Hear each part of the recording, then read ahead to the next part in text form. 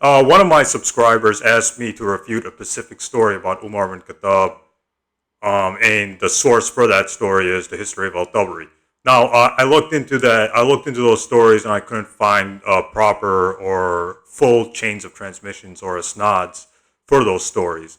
But I want to remind that subscriber that not everything in the history of al-Tabari is authentic. Al-Tabari is filled with authentic and inauthentic reports. I have al-Tabari Volume 1. I have al-Tabari Volume 1 right here, right? You can buy this from Amazon, or you can just look it up on, uh, you can just look it up on the internet. Al-Tabari Volume 1. And on page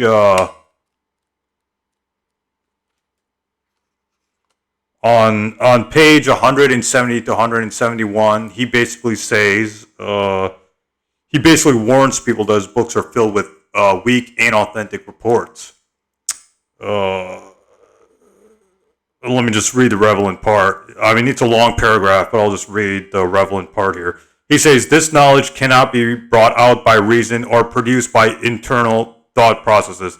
This book of mine may be found to contain some information mentioned by us on authority of certain men of the past, which the reader may disapprove of and the listener may find detestable because he can find nothing sound and no real meaning in it. In such cases, he should know that it is not our fault that such information comes to him, but the fault of someone who transmitted it to us.